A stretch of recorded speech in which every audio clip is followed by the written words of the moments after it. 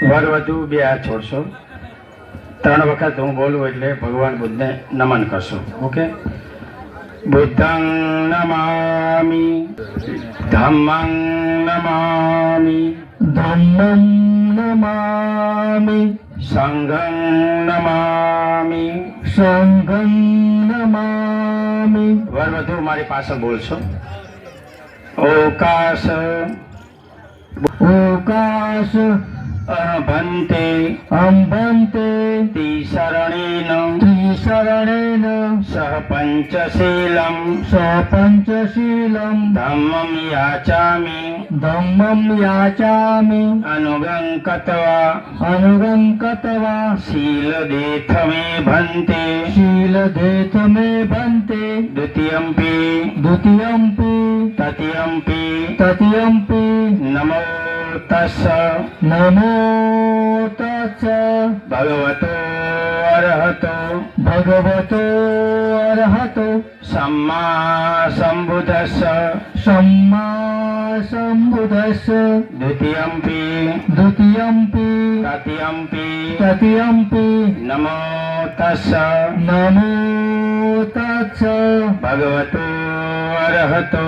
ભગવતો અરહતો સમ્મા સંબુદ્ધસ્સ સમ્મા સંબુદ્ધસ્સ બુદ્ધં શરણં ગચ્છામિ બુદ્ધં શરણં ગચ્છામિ ધમ્મં શરણં ગચ્છામિ ધમ્મં શરણં ગચ્છામિ સંઘં શરણં ગચ્છામિ સંઘં શરણં ગચ્છામિ દ્વિતીયંપિ દ્વિતીયંપિ તૃતીયંપિ તૃતીયંપિ બુદ્ધં શરણં ગચ્છામિ બુદ્ધં શરણં ગચ્છામિ ધમ્મં શરણં ગચ્છામિ ધમ્મં શરણં ગચ્છામિ સંઘં શરણં ગચ્છામિ સંઘં શરણં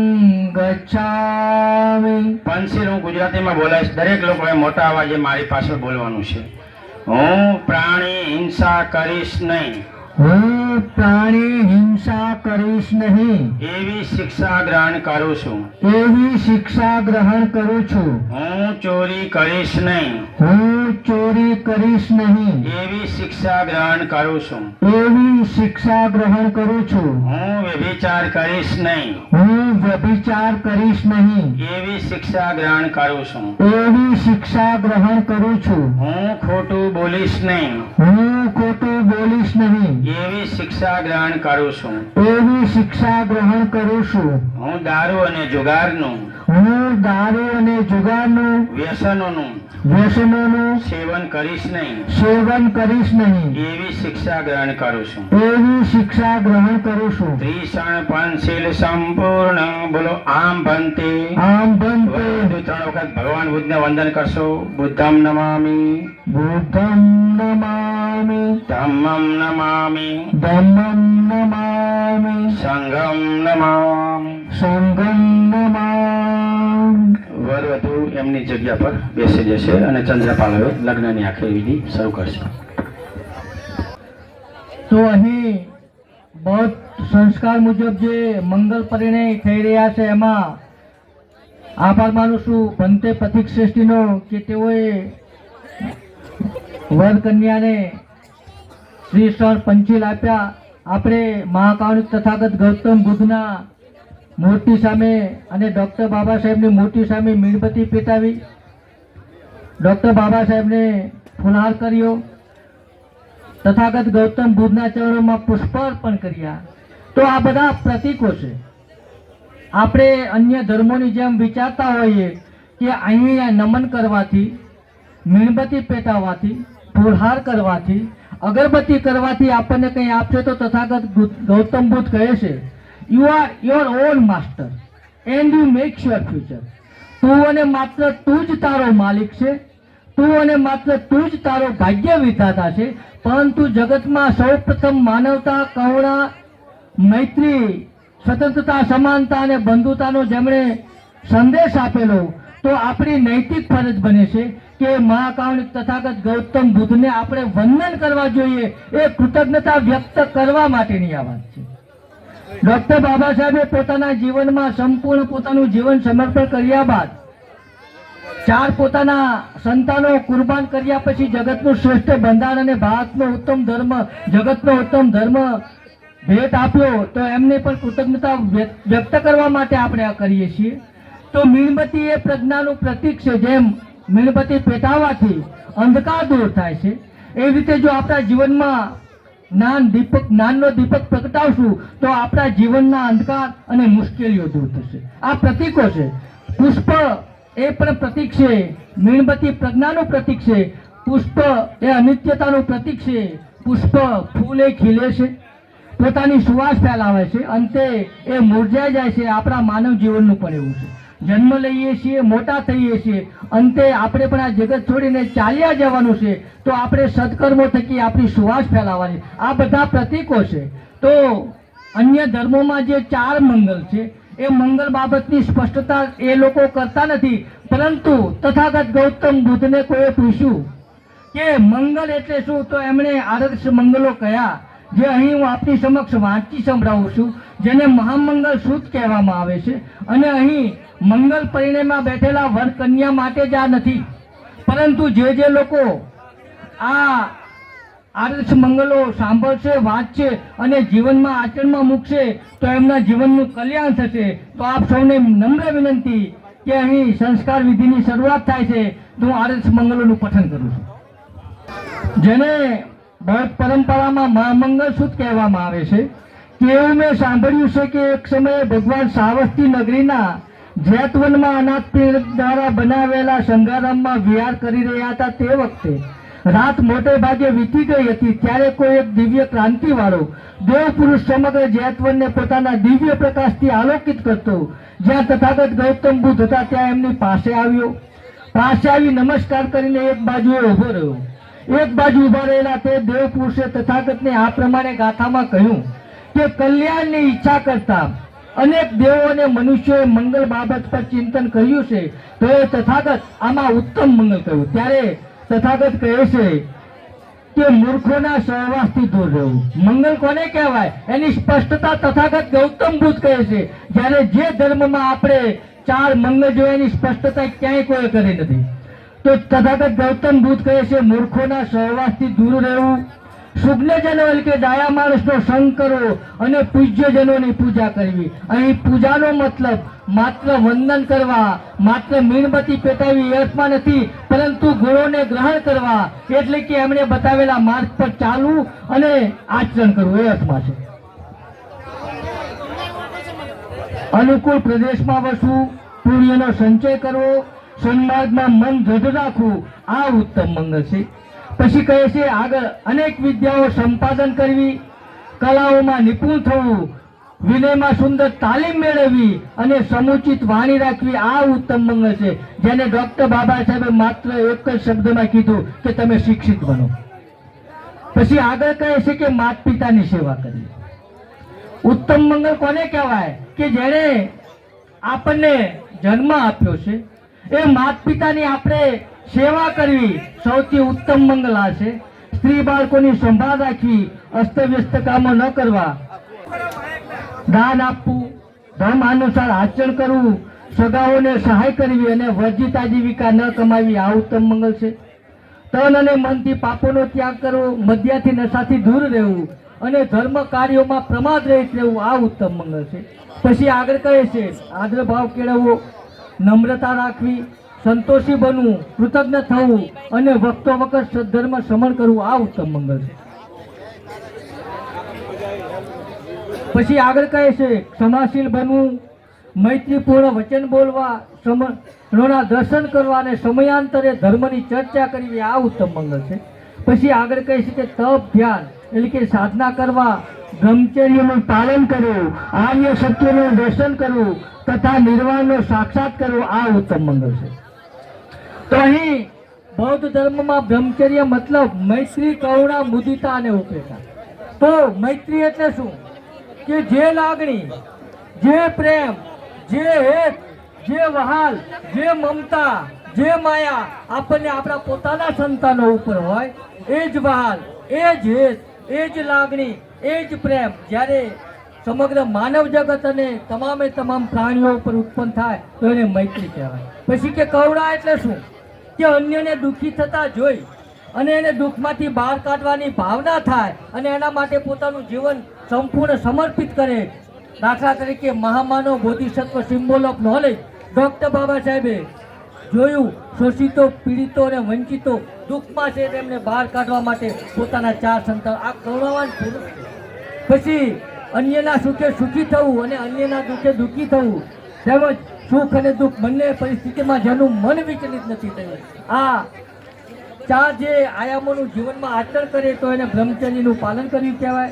પછી કહે છે કે લાભ હાનિ, યશ અપયશ, નિંદા પ્રશંસા અને સુખ અને દુઃખ એમ 8 પ્રકારના લોક સ્વભાવની સાથે જેનું ચિત્ત અસ્થિર થતું નથી પણ શોક રહિત, નિર્મળ અને સુખરૂપ રહે છે, આ તેમનું ઉત્તમ મંગલ છે. આ પ્રમાણે આર્ષ મંગલો જો જીવનમાં કોઈ પણ વ્યક્તિ આચરણમાં ઉતારે તો એનું જીવન ઉત્તમ બને, શ્રેષ્ઠ બને અને એમનું કલ્યાણ થાય. તો અહીં હવે હું બૌદ્ધ પરંપરા મુજબ વર કન્યા બંનેને પોતાની ફરજો શું છે અને એમણે આપણા સમક્ષ સમાજ સમક્ષ શું પ્રતિજ્ઞા લે છે એ વાંચી સંભળાવું છું ને એમને પણ કહું છું કે તેઓ વાંચી સંભળાવે. તો હું બંનેને વર કન્યાને એમની પ્રતિજ્ઞા કહું છું. તો અહીં વર અને કન્યા બૌદ્ધ સંસ્કાર મુજબ એમની ફરજો શું છે હું પહેલાં વાંચી સંભળાવું છું, પછી એમણે પોતાની પ્રતિજ્ઞા સમાજ અને સમક્ષ વાંચી સંભળાવશે. તો વરના કર્તવ્યો, તો એ પ્રિય ઉપાસક તમે સાવધાન થઈને સાંભળો. ભગવાન બુદ્ધે પત્ની માટે પતિએ આચરણ કરવાના 5 કર્તવ્યો જણાવ્યા છે. તો પહેલું કર્તવ્ય છે કે તમારે તમારી પત્નીનું સન્માન કરવું જોઈએ. તમારે તમારી પત્નીનું સન્માન કરવું જોઈએ. પછી કહે છે કે તમારે તમારી પત્નીનું અપમાન કરવું જોઈએ. પછી ને વરના કર્તવ્યમાં બૌદ્ધ સંસ્કાર મુજબ આવે છે તમારે અનૈતિક કામ કરવા જોઈએ નહીં. પછી આગળ કહે છે કે તમારે ધન સંપત્તિ, પૈસે ટકેથી તમારી પત્નીને સંતુષ્ટ રાખવી જોઈએ તથા તમારે તમારી પત્નીને અલંકાર, ખોરાકી, પોશાકી ઇત્યાદિથી પ્રસન્ન રાખવા જોઈએ. આ તથાગત ગૌતમ બુદ્ધ અને બૌદ્ધ પરંપરા મુજબ વરે પોતાના જીવનમાં આચરણમાં મૂકવાના છે. હવે કન્યાના કર્તવ્યો, હે સૌભાગ્યવતી ઉપાસિકા તમે સાવધાન થઈને સાંભળો. ભગવાન બુદ્ધે પતિ માટે પત્નીને આચરણ કરવાના 5 કર્તવ્યો જણાવ્યા છે. તમારે તમારા ઘરના સગળા કાર્યો સારી રીતે કરવા જોઈએ. તમારે તમારા પરિવાર, પરિજન અને નોકરને પ્રસન્ન તથા નિયંત્રણમાં રાખવા જોઈએ. તમારે અનૈતિકતાથી દૂર રહી અને તમારા પતિના વિશ્વાસપાત્ર બનવું જોઈએ. તમારે તમારા પતિએ ઉપાર્જિત કરેલ ધન સંપત્તિનું રક્ષણ કરવું જોઈએ અને તમારે ઘરના સઘળા કાર્યોમાં દક્ષ રહેવું જોઈએ તથા આળસ કરવું જોઈએ. તો આ રીતે વર અને કન્યા બંને સંઘ સમક્ષ, આ સમાજ સમક્ષ પોતાની શું ફરજો છે એ મેં અમને વાંચી સંભળાવી અને આ તમારે ચુસ્તપણે પાલન કરવાના પ્રયત્નો કરવા જોઈએ, એટલું જ નહીં પાળવી પણ જોઈએ. તો હવે હું વર કન્યા બંનેને અમને પ્રતિજ્ઞા કહું છું કે તેઓ વાંચી સંભળાવું છું. તો જે ધર્મમાં આપણે હતા એમાં કન્યાદાન હોય છે, પરંતુ બૌદ્ધ ધર્મમાં કન્યા એ માત પિતા, દીકરી એ માત પિતાના કલેજાનો ટુકડો હોય છે. દાન એ કોઈ વસ્તુનું હોય, દાન એ કોઈ વસ્તુનું હોય છે, જ્યારે દીકરી, કન્યા એ માત પિતાનું કલેજું હોય છે, એનું મન હોય છે, એનું ચિત્ત હોય છે, એની આત્મા હોય છે, એનો જીવ હોય છે. એ નાનપણથી મોટી 20-25 વર્ષની થાય અને નાની હોય છે ઠેસ વાગે ને, એક મજબૂત જેનું કઠોર હૃદય હોય પિતા પણ પોતાની દીકરીની આંખમાં ઠેસ વાગવાથી સહેજ આંસુ આવે ને તો એ રડી પડતો હોય. એ માતા 20 વર્ષ 25 વર્ષ સુધી એ પોતાની દીકરીને સાચવીને માત પિતા મોટી કરતા હોય છે. કહી શકાય કે માત પિતા માટે સોનાનો જો કોઈ દિવસ હોય, સારામાં સારો જો કોઈ દિવસ હોય તો એ દિવસ છે કે પોતાની દીકરીના લગ્ન કરી અને પોતાનું નવું જીવન, દાંપત્ય જીવન શરૂ કરવા માટે પોતાના પતિના ઘરે વળાવે છે. પરંતુ દુઃખ સાથે કહેવું પડે છે કે માત પિતા માટે જો કોઈ કઠિન દિવસ હોય ને સાહેબ, તો એ છે કે પોતાની વાલસોઈ દીકરીને પોતાના ઘરે થઈ એ પોતાના ઘરે એટલે કે પોતાના પતિના ઘરે નવું જીવન શરૂ કરવા માટે જાય છે તો માતા પિતા એ વખતે અંદરથી રડતા હોય છે. ચોક્કસ એમને આનંદ હોય છે કે મારી દીકરી ખૂબ જ સુખી બને, એમનું દાંપત્ય જીવન સુખી બને. પરંતુ બૌદ્ધ ધર્મમાં માતા પિતા જ્યારે દીકરીને વરાવે છે ત્યારે અંદરથી આશીર્વાદ આપતા હોય છે કે એમનું મંગળ થાવ, એમનું દાંપત્ય જીવન સુખી થાવ. અને બૌદ્ધ ધર્મમાં કન્યા એ કોઈ વસ્તુ નથી, એટલે કન્યાદાન હોતું નથી. કન્યા એ દીકરી પોતાનું નવું જીવન શરૂ કરવા જાય છે. તો હવે હું વિનંતી કરું વર કન્યાને કે તેઓ પોતાની પ્રતિજ્ઞા સંઘ સમક્ષ વાંચી સંભળાવશે.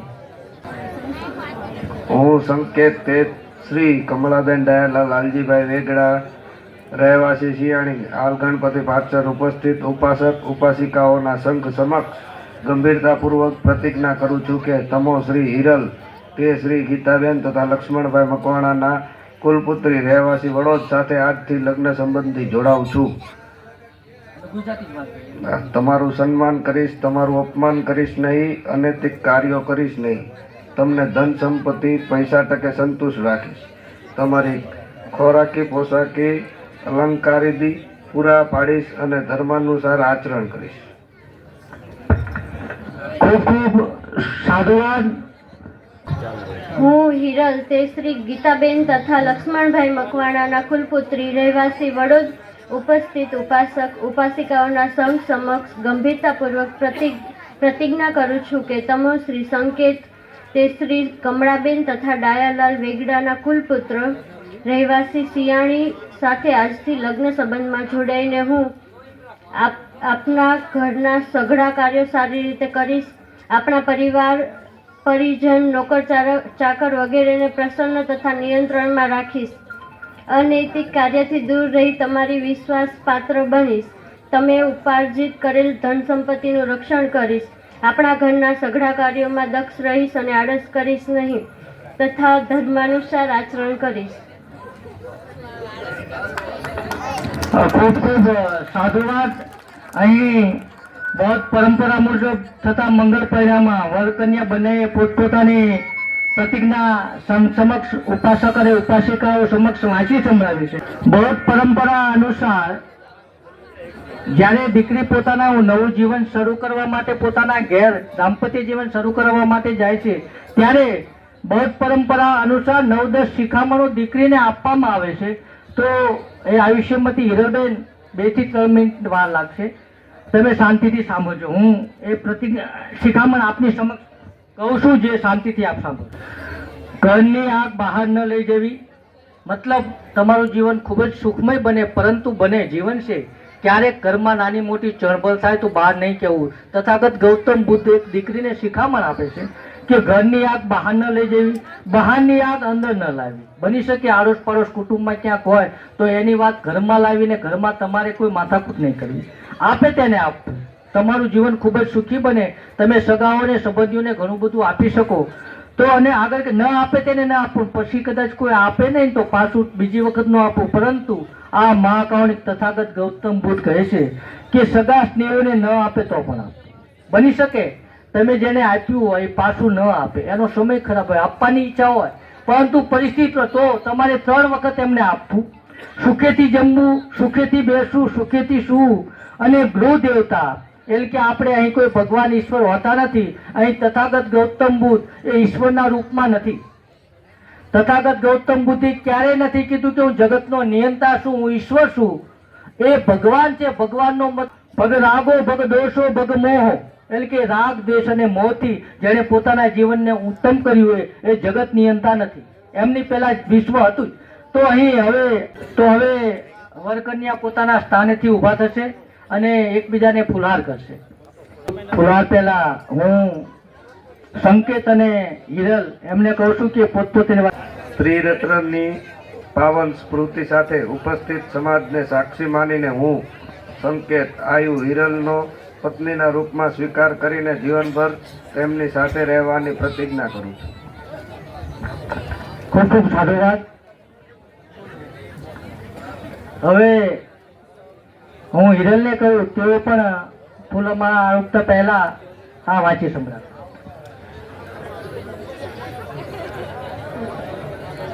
શ્રી રત્નની પાવન સ્મૃતિ સાથે ઉપસ્થિત સમાજને સાક્ષી માનીને હું હિરલ આયુ સંકેતનો પતિના રૂપમાં સ્વીકાર કરીને જીવનભર તેમની સાથે રહેવાની પ્રતિજ્ઞા કરું છું. ખૂબ ખૂબ સાધુવાદ. હવે તમે ઊભા થશો પોતપોતાની જગ્યાએથી અને પુષ્પમાં અર્પણ કરશો.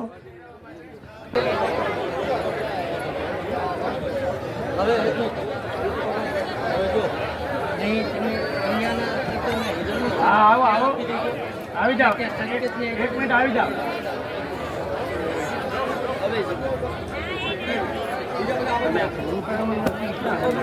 આ કેળવડાવો ને, મારો થોડો કેળવડાવો.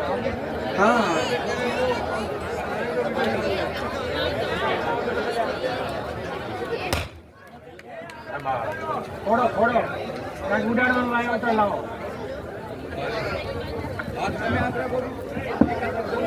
ફોડો હોય તો ઉડાડો.